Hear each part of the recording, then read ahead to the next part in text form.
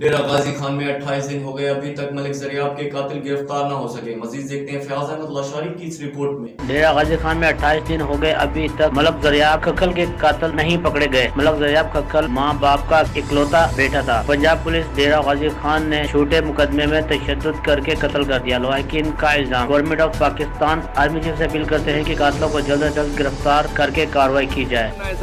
عبدالحفیظ اچھا یہ دسو کیا مطالبات سارے مطالبات ہیں کہ جری رپورٹ بنی نے نل بنی نے تو ساری غیر جانبدارانہ جرانا بورڈ بھی لایا بنے، پنجاب بورڈ بھی لایا بنے، انہیں جج بھی ہوں انہیں بڑے ڈاکٹر بھی ہوں جرا غیر جانبداری نال جرانا سارا رپورٹ بلا میڈیکل رپورٹ کی قبر کشائی کی بنے۔